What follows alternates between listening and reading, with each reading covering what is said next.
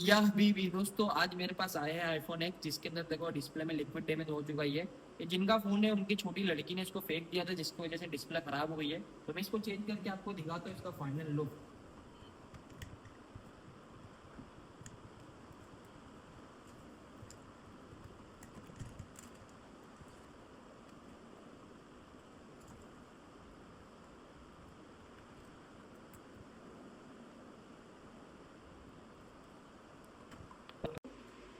So finally guys iPhone x ready हो चुका है। ये देखो बिल्कुल 0-0 फिटिंग के साथ, डिस्प्ले की ब्राइटनेस वगैरह बिल्कुल जबरदस्त है 0-0 फिटिंग के साथ। ये देखो, अगर आप किसी को भी अपना फोन रिपेयर कराना हो तो फटाफट से आ जाओ SMS मोबाइल शॉप।